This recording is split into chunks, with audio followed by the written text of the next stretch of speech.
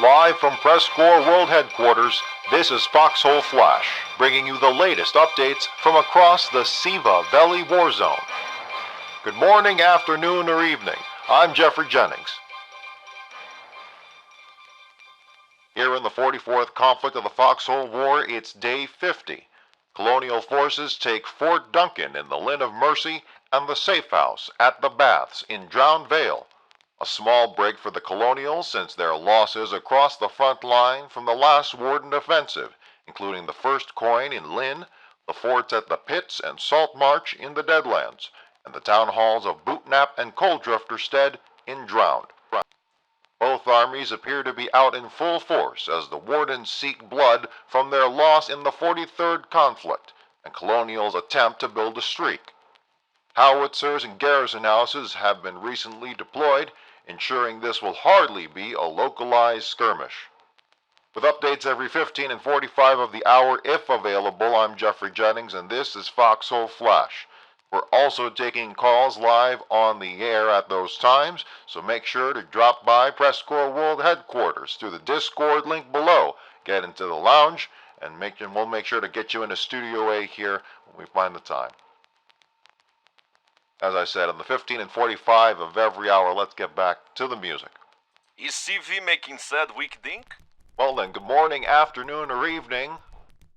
You have here a special frontline interview, possibly from the front line, or maybe not, but in any case, you're listening to Jeffrey Jennings, and we've got here in Studio A with us of the 82nd Dread Corps Siege Regiment, aka better known as the 82 DK, Commissar Jimbo, also a member of the Warden Press. Commissar Jimbo, how are you? Calling in here today from, where are you calling in from? Concurrently, I am calling in from the Weathered Expanse. I'm currently working with a few of the logistical regiments that is circulating both PMATs and EMATs throughout the area to further progress the war effort on our side. And how long have you been doing this logistics task for the wards? Since the war's beginning, we have been consistently working alongside the community and different clans to provide a logical supply line that has spread across the main front lines of Lynn Mercy, Deadlands, and Drowned Vale, which, especially the Drowned Vale, we hope to push and retain, continue Warden dominance down by the coastline. And I realize there's some operational security necessary here. Can you give us a rough estimate of how many 82 DK are out in force here for this one, for this 44th conflict? Are you referring to the logistical corps or the general military as a whole of the 82 DK? If you're safe on disclosing those numbers separately, if you feel safe doing that, then yeah, you can give us separate numbers on that, either one. Our infantry numbers far surpass our logistical, as most clans have. Our infantry numbers concurrently are of secret, as they are all being well dispersed to assist with partisans and other elements of the war. We evenly spread our troops out to maintain cohesiveness and decisive fighting strength amongst the entirety of the front line. However, for the logistics corps, we have about 38 members conscripted, as well as veterans who are consistently working to develop technology and progress our weapons development all the way to the end of the war. Okay. Do you think the Wardens will be able to strike back after their loss in the last conflict? The 43rd war was a destructive element to our morale. Since then, we have reviewed how we lost and the attitudes we took to the war, and we have turned around and said We will not allow failure to occur again. This war is the war that we come together with newly developed technologies, with newly developed plans of attack, and that we push all the way through our lands towards Westgate and further on to retake our territory. The warden comes back with this war with complete and utter intimidation, triumph, and morale. For this battle, we plan to win, and we are fighting to win. This is what we plan to do. We are set up in our homeland with the snow and the cold, where we were born, where we were developed, where our ideology came together, and from this, we will push forwards, take back the land that we rightfully own. Are you drinking, Commissar Jimbo? Yes, well, of course. Don't we all?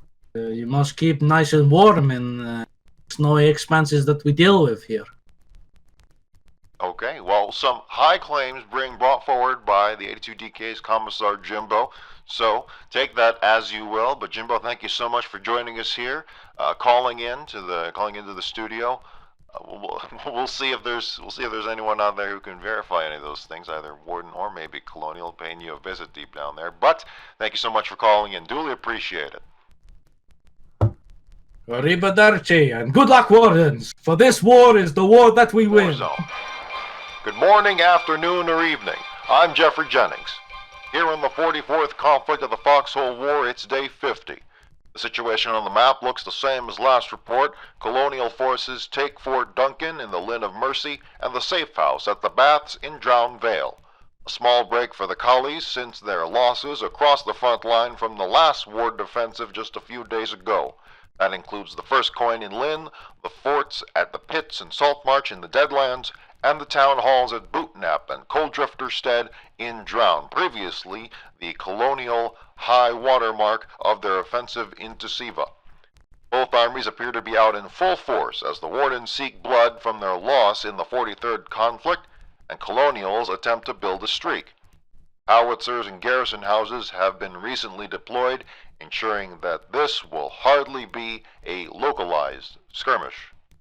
Joining us now, here calling in to the studio, is War Corps, calling in previously from others. Well, there, hold on, just one moment. So there? Yep. Here's the situation on the front, Jeffrey. Yeah, where are you calling in from, real quick? Lynn of Mercy. Lynn of Mercy, okay. Yeah. Yep. Anyways, to it. The front seems a little stagnant at this point. For the most part, for the war. The war seems... I mean, it's pretty much stagnated to a degree, but in the Lynn of Mercy, we're making a few gains, like a little bit of gains. I'm sorry, real quick, who are you reporting from? I am reporting from around the first coin in the Lynn of Mercy. As a warden? Yeah. We are currently pushing towards the last grove. Pushing towards the last grove, okay. Mm-hmm. And just to clarify, this is a warden giving us that information, so take that as you will. But yes, at the last grove, how tough was that? Were you there at the taking of the first coin, or in the fight for the first coin as a warden? No, I've just arrived at this point. I've seen a little bit of fighting. I can't give much description to our front because of... Jeez.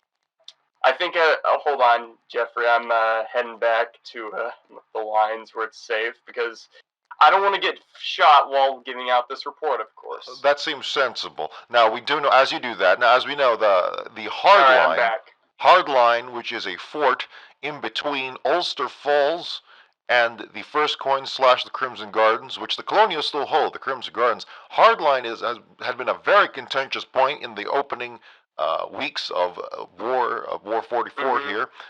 Wardens able to etch out a small victory in the hard line simply because they had the higher ground overlooking the colonial held fort for a long time, and then eventually take that and then push down south towards the first coin. Now, you do have that colonial flank to your west, the Crimson Gardens. What do you make of that? Yeah, I have a radio at the moment. I can see a few colonial infantrymen. All right, so the Colonial is still operating from the Crimson Gardens. If anyone from the Crimson Garden wants to call in and tell us about that, well, feel free. There's like there's 4 or 5 of them coming from the west.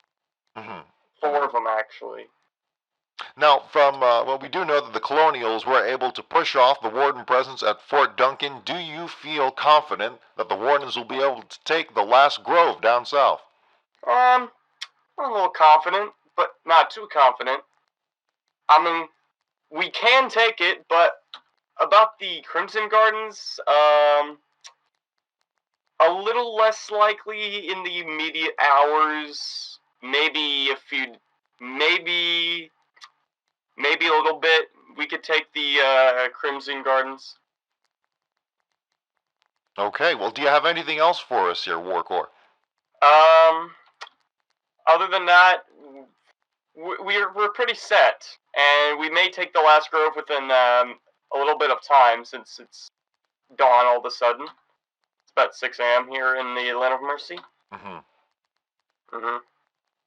Having a few oh god. Hold on. Guys, we got some problems back in the lines. There's some Colonials screwing with Foxholes. Hang on, I gotta go take care of it. Well, that's fine. Thank you so much for calling in. From the first coin in the Land of Mercy, War Corps calling us, giving us his point of view as a warden. Again, he is a warden, so take all that information as you will. But War Corps, thank you so much for calling in and joining us here. You're welcome. Oh, Jesus Christ, Let's get back to the music here. Coming up next, a song or maybe a commercial. I'm not sure. I'm not behind the console. Go ahead, Ralphie. Go ahead, play it. PressCorps Radio. Don't even think about touching that dial, asshole. Well then, live from Studio A, I'm Jeffrey Jennings, 121.5 WPRSS. Joining us here at the top of the hour is Commander Rod of the Roughnecks. Hello, Commander Rod, are you there? Jeffrey Jennings, always a pleasure to hear your voice. How you doing, my friend? I am doing quite well. Thank you so much for calling in. Where are you calling in from, if I may ask? I'm currently calling in from the wind wall. I'm working some politics here. I was actually coming in to announce a project that I'm working on, trying to make it a reality. Is that a secret project, or we can't reveal it right now? Oh no, I actually came here purposefully to reveal. Oh, okay, yeah, go for it. So, as we've had in the past, we've had gentlemanly competitions in the past between Colonials and Wardens with the Siva Masaya Sportsmanship Organization and a few other orbiting organizations of that one. We've had fight clubs in interwar periods. We've had we've had the FCL. We've had several different things happen. But I am here to announce that my efforts are now turned towards a large mechanical weapon, like robot weapon competition between several different of the Colonial and Warden clans. Really? This is going to be a competition now of mechs. Yes, that is my plan. I am planning on having a competition between several clans, each of them with their own mech. Colonial clans versus Warden clans, sort of like an Olympic competition. And may the best one win. I've already gathered several different names for the mechs that will represent several different cities in the contested regions of our continent. And just to name a few, we have the Jade Cove Kestrels, the Kirknell Boomsters, the Maiden's Vale Lumberjacks, Augaran Moray Eels, and several others. And here's to hoping that the Siva Masaya Organization for Sportsmanship and Competition will approve this competition. Now, I know that these mechs are not suitable for battlefield use, but I'd rather not have them gathering dust in museums and whatnot. I'd rather have them be used for what they were designed to be used, which is glorious mechanical combat. Okay. Do we know where these competitions are going to be held? As far as I understand, they should be held in the interwar periods. I'm still talking to several government officials, both from Siva and Vele Masaya, and things are still in a tentative state, but I would like to announce that I am actively working on getting that happening. So, yeah, I'm very excited to announce this. Sounds very exciting. And when will the season start? Hopefully by the end of this year.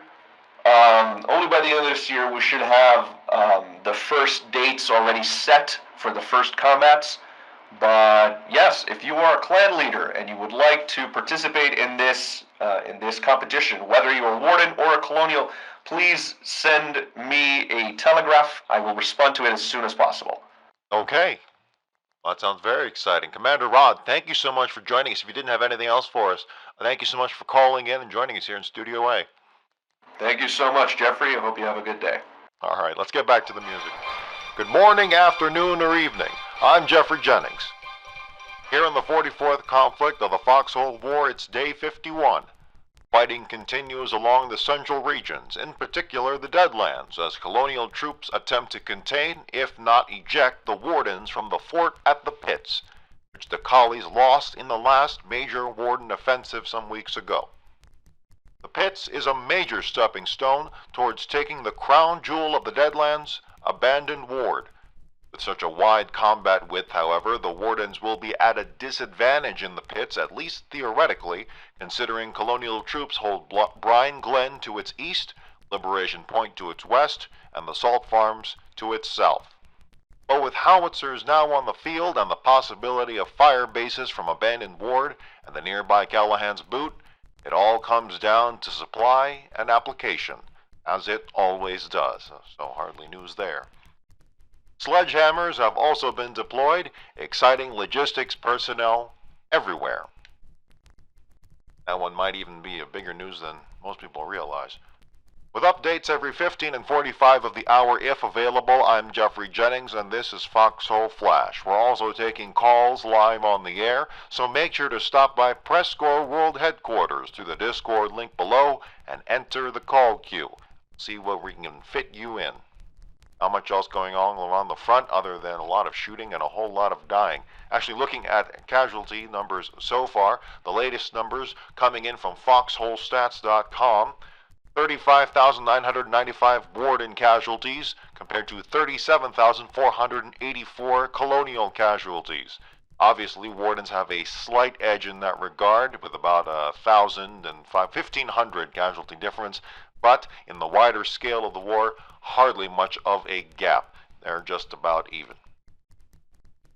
Well, as I said, every 15 and 45 of the hour and possibly some interviews in between, let's get back to the music. Good morning, afternoon, or evening. I'm Jeffrey Jennings. Here in the 44th conflict of the Foxhole War, it's day 51.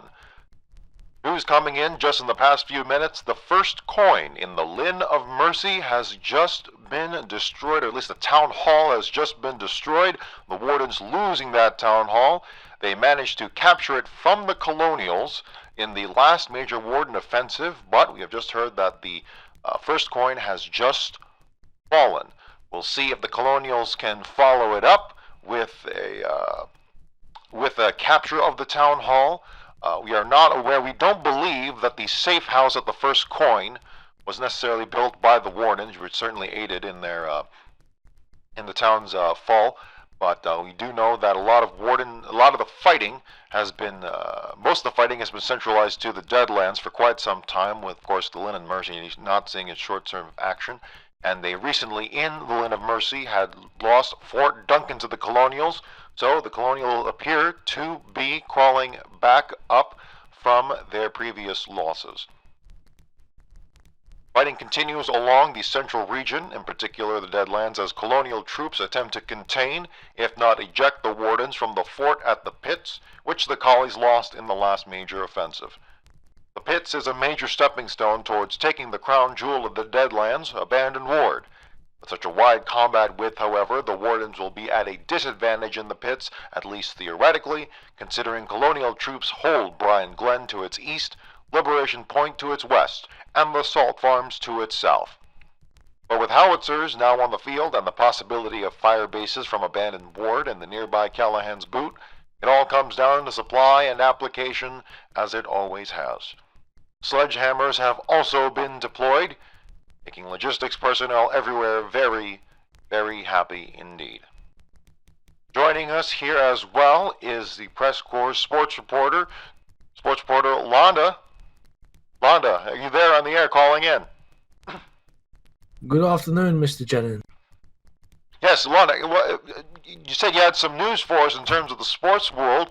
We don't have a lot of time for it on most of our roster, but we'll make time for it right now. Landa, what do you got here for us in terms of the latest sporting event?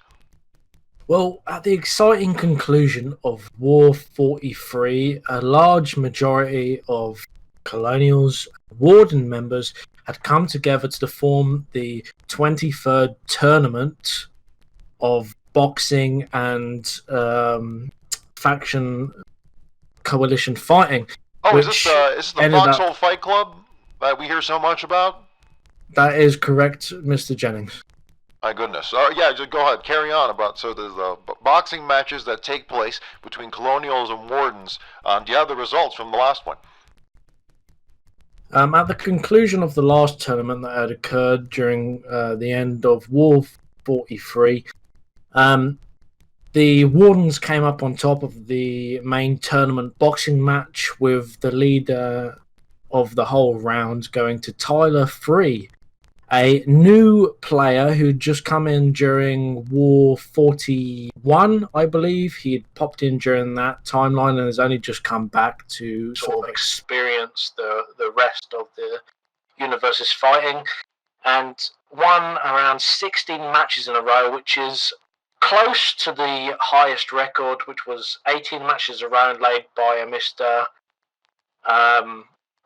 Illusionary, which was back in about 2017. But this newcomer, Tyler Free, has come back, done an excellent job at fighting down and securing his role as a legendary member of the Boxing League, and has since explained that he is willing and always wanting to come back to the next tournament that will be occurring at the end of this. In second place was a colonial member of the Soldiers of Marrow, which was SOM's Tancred, one of the clan members who came back and fought a grand majority of his battles, winning about, I believe it was 12 matches in a row before he was eventually defeated by, I believe it was a 82 DK member, who actually he's requested to remain anonymous for this interview. However, it was an 82 DK member that did end his streak. He beat Tyler Free on the 16-match row and came really close in second place and did an amazing job representing the colonial side, and did them damn proud and beat quite a lot of the Warden competition that was involved in the boxing match. During the 5v5 section, the Colonials won about 3 matches to, I believe it was 1.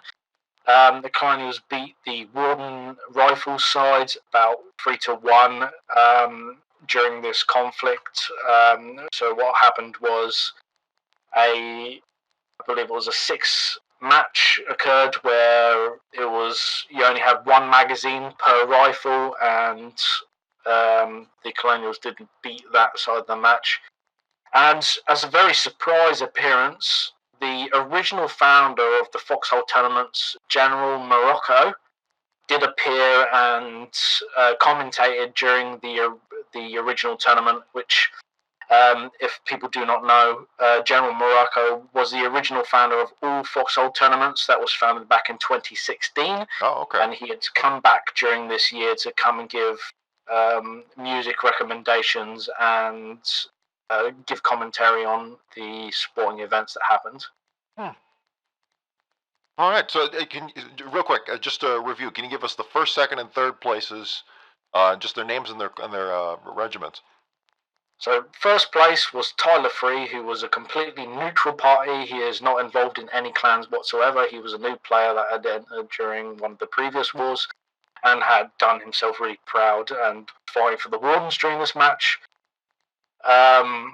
Second place was the Soldiers of Marrow, which was a colonial clan. Tancred, who did an amazing job fighting up to the second place position and managed to beat a large majority of his competition. And third place was, let me just quickly check the records, was the also another neutral member who was playing for the Warden side named, one second,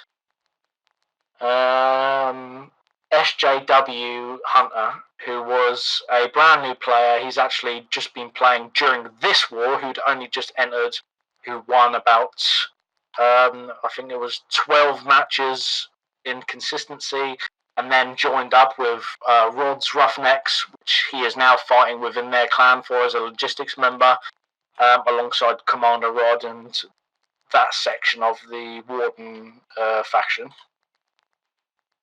My goodness. Well, Foxhole, there you have it, the results of Foxhole Fight Club in the wake of the 43rd War. Tell us, do you know when the next Fight Club will take place? I'm guessing after this one is wrapped up, the 44th is done? Most of the fight clubs do occur afterwards, after the conflict has ended. For example, during the resistance phase, what is commonly associated to as the resistance phase, which is when the faction that has most likely ended the war rebuilds their own strength and attacks back for the preparation of the next ensuing conflict that occurs. It most likely will occur then. For this war, for the 43rd War, the conflict was occurred at the Shorn Fields by the salt farms. That was the meeting point for all boxers and fighters for that conflict. Okay. However, of course, those that run these fights are very random. It's not always the same person. Like, for example, back in the day in 2016, Moroccan General was the general of organising these fights. However, nowadays it can mediate between colonial people organising it and Warden people. For example, for War 34, it was a DK member named... A DK member, part of the artillery regiment, named Dark Ghost, who organised this war's boxing matches, who ran that side of the things, but this next war may be hosted by someone else, and it will most likely be occurring around the midst of the map, if it does come. It usually does. Okay. Well, PressCorps Landa giving us some insight into the sports world, the underground sports world that takes place in between wars, apparently. Foxhole Fight Club has been a long-held tradition for quite some time now, and it's had some level of officiality. It had some level of officiality, although now we may actually be able to get a record in terms of winners and losers. But yes, very excited to see what happens next in this very interesting, very strange, but certainly exciting tradition here in the Foxhole Wars. Landa, thank you so much for joining us here. Thank you very much for inviting me, Mr. Jennings, and hopefully the rest of the war occurs cleanly, and that we will have a good time.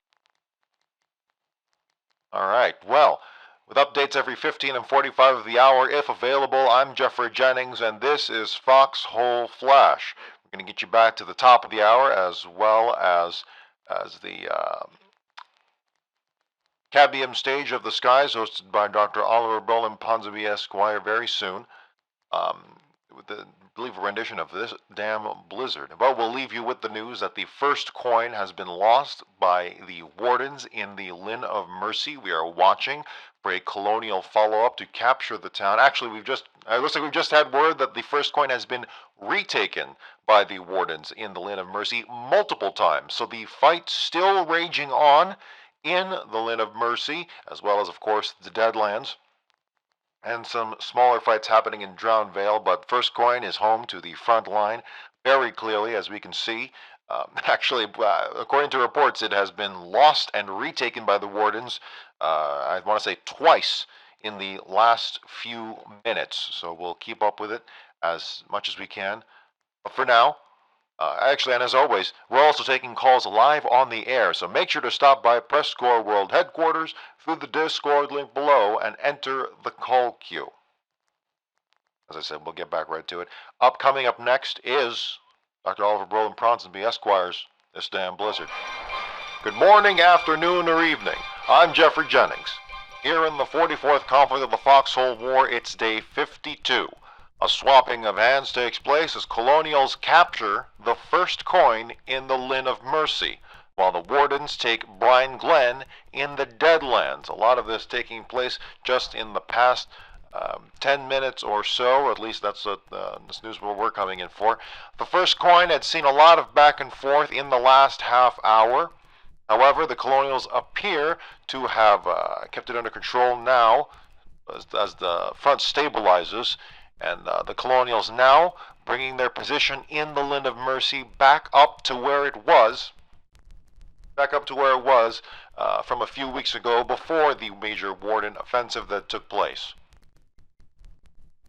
Meanwhile, in the Deadlands, the wardens carving out some good space for themselves in the center of the region as they take Brine Glen, although no word on the safe house.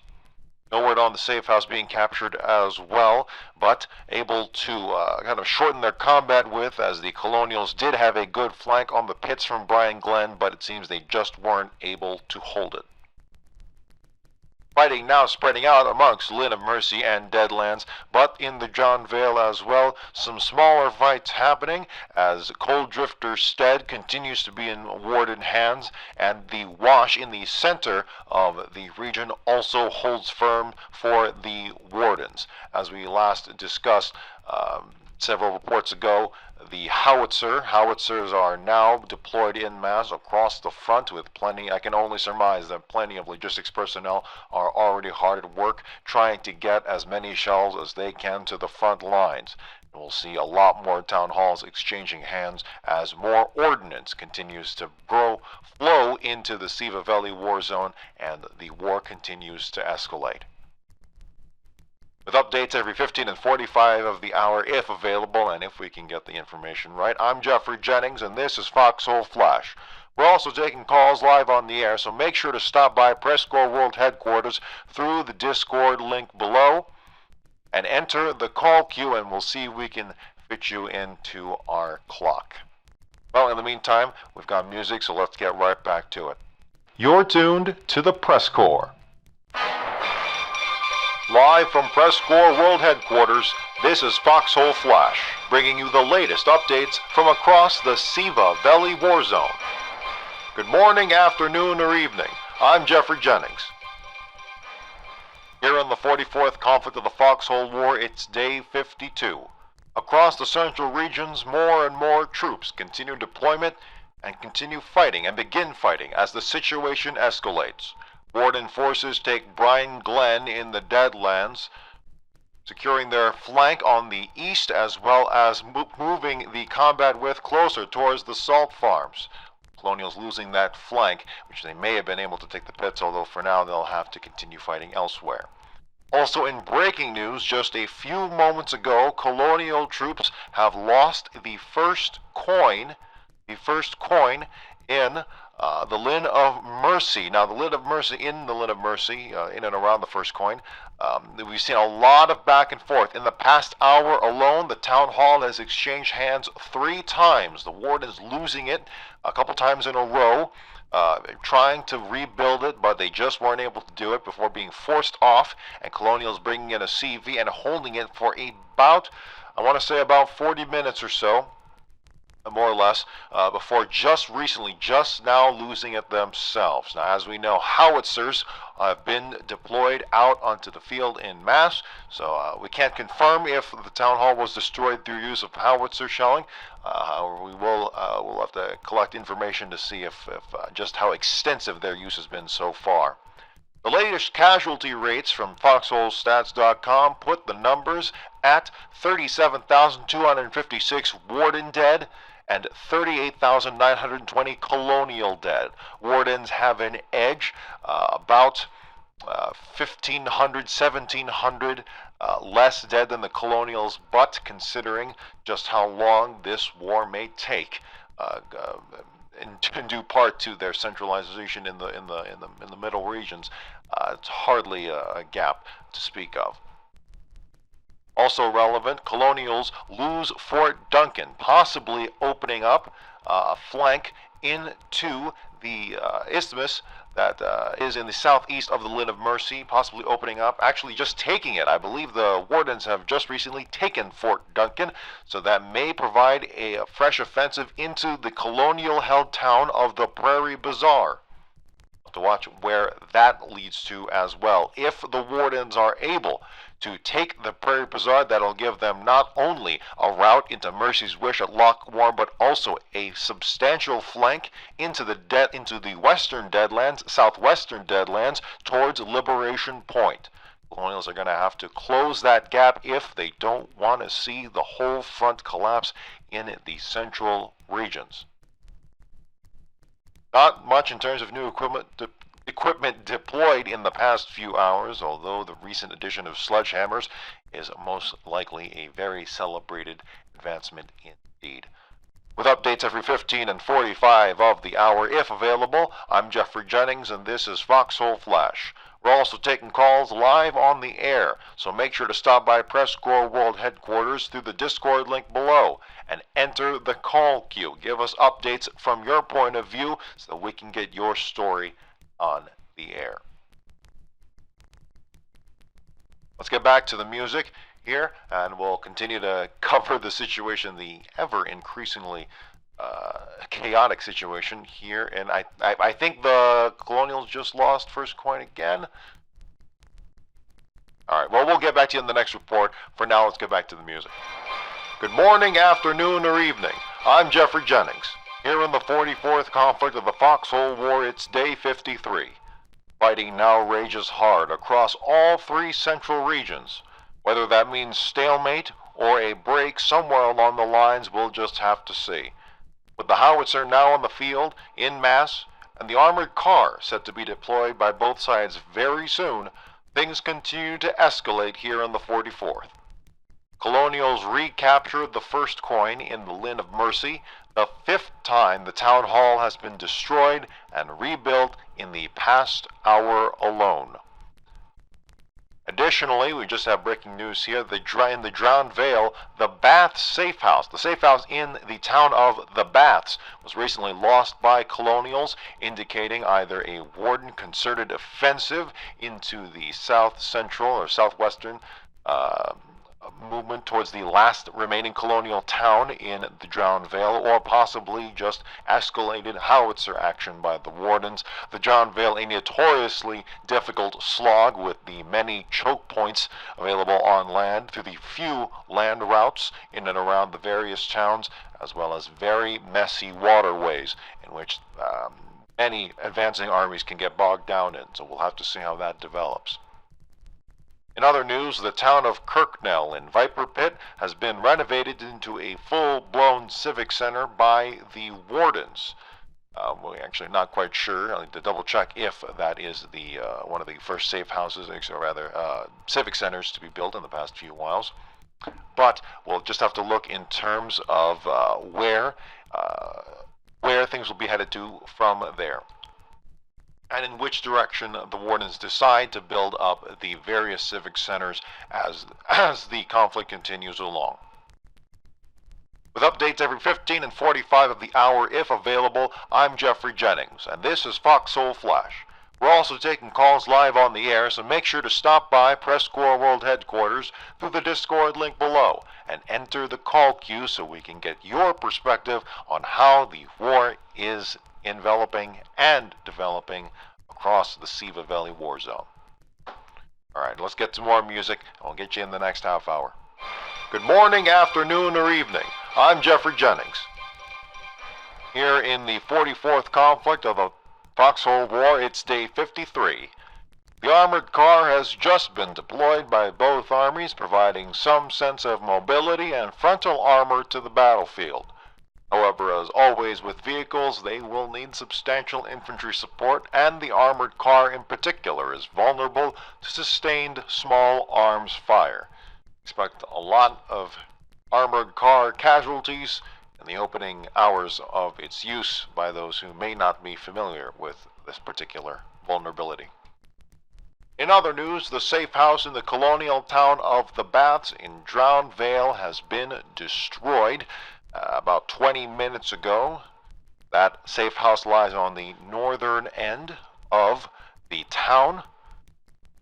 That town, the Baths, being the last colonial town in the entirety of the region.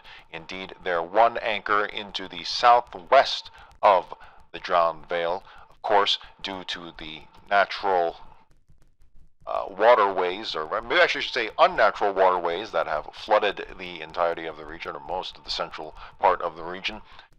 Any advance onto the area is likely to be very precarious, particularly in that northern approach into the Baths. There is plenty of thin walkways. Maybe you could fit a truck one way on there. I haven't tried it myself, but you could certainly plenty of choke points and kill zones to set up on above ground walkways over the various small creeks and man-made rivers that inhabit the region. Most of the fighting, however, seems to have floated over to the central western area of the world here, and in terms of the Siva Valley region, border territories, as the Lin of Mercy continues to be more or less a stalemate. We know that the first coin has changed hands at least 5 times in the past hour and a half. However, the colonials do not appear to have rebuilt the safe house, not from our latest reports, and the colonials also continue to hold Fort Duncan. So long as they hold these 2 positions, the Wardens will be hard-pressed to make any offensive movements past that.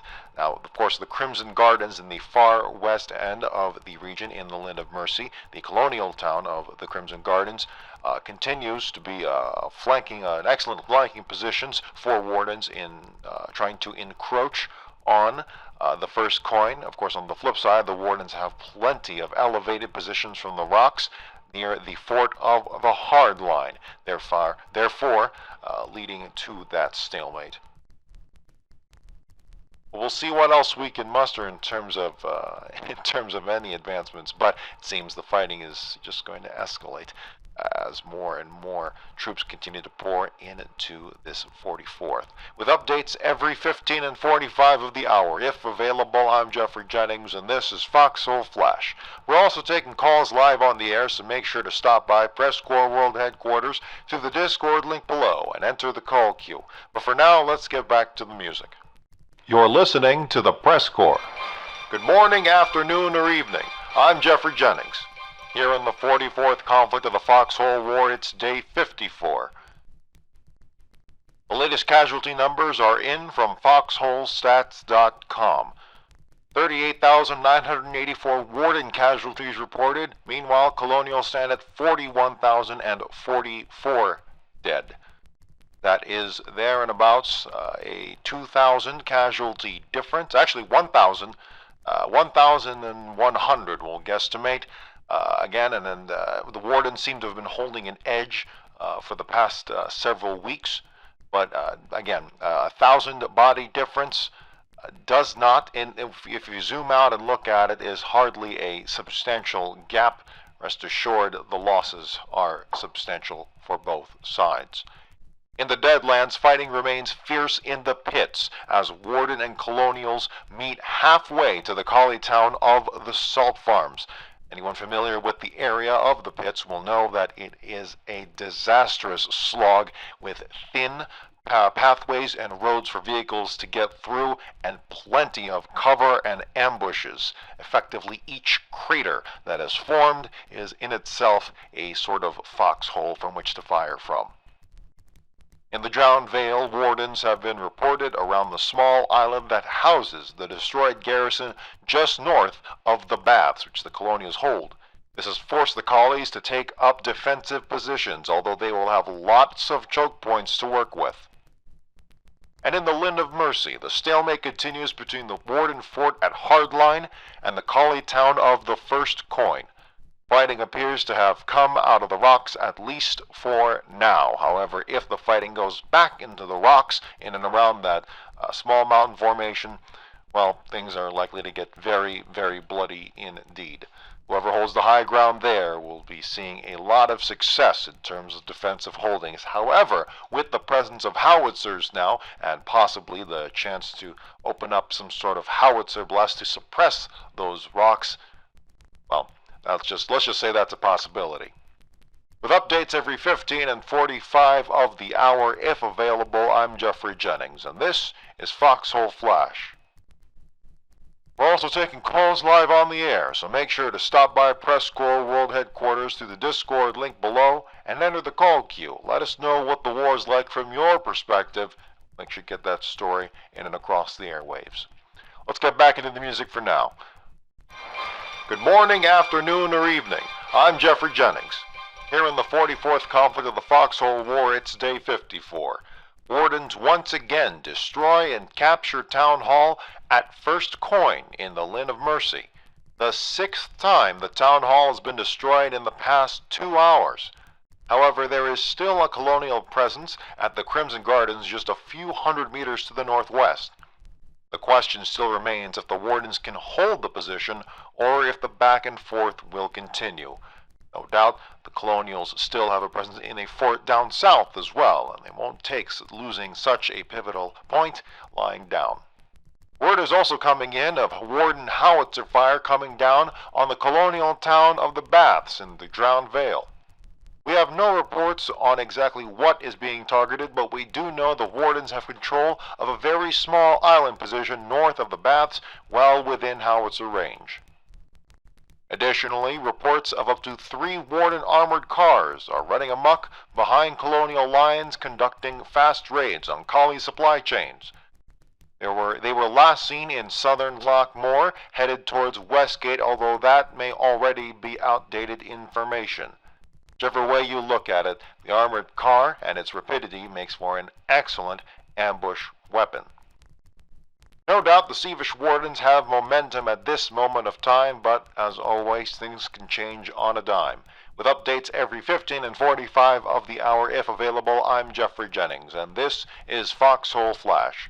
We're also taking calls live on the air, so make sure to stop by PressCorps World Headquarters through the Discord link below and enter the call queue so we can get your perspective of the war on the airwaves. But for now, let's get back to the music. Good morning, afternoon, or evening. I'm Jeffrey Jennings. Here in the 44th conflict of the Foxhole War, it's day 55. In the Lynn of Mercy, Wardens surround the Colonial fort at the Last Grove. Additionally, they have built the safe house at the First Coin, solidifying their position at least for the time being. This means the last 2 holdouts, Colonial holdouts in that region, include the Crimson Gardens in the west and the Prairie Bazaar in the southeast. Prairie Bazaar, no doubt, a strong foothold for the collies in the region, although it will keep them contained considering the only way out is, at least the only land route out, is through a bridge in the west protected by Fort Duncan. In the Drowned Vale, Colonials attempt to retake the Northern Islands at the Baths, although the kill zones and choke points they had used to keep the Wardens at bay now being used against them. Should be noted the Wardens have not captured the safe house north of the Bath itself. However, they confirmed do have several foxhole positions and watchtowers in the area. And in the Deadlands, fighting rages on in the pits, where the Kali push north continues in all its slow, burning awesomeness. Meanwhile, some skirmishing reported at Summon Haven Gateway, although no signs of it developing into a concerted flank. So far, casualty numbers coming in from FoxholeStats.com come in at 40,250 Warden dead compared to 42,585 Colonial dead. An increasing gap for the Wardens, about a 2,000 and 2.5 thousand difference. 2.25 thousand difference. That's why I don't crunch the numbers. But regardless, a widening gap for the Wardens. We'll see how that develops as the war continues on. Could be the start of a trend or simply a slight deviation before it comes back to normal. Well, with updates every 15 and 45 of the hour if available, I'm Jeffrey Jennings, and this is Foxhole Flash. We're also taking calls live on the air, so make sure to stop by PressCorps World Headquarters through the Discord link below and enter the call queue so we can get your perspective of the enveloping war here in Siva Valley.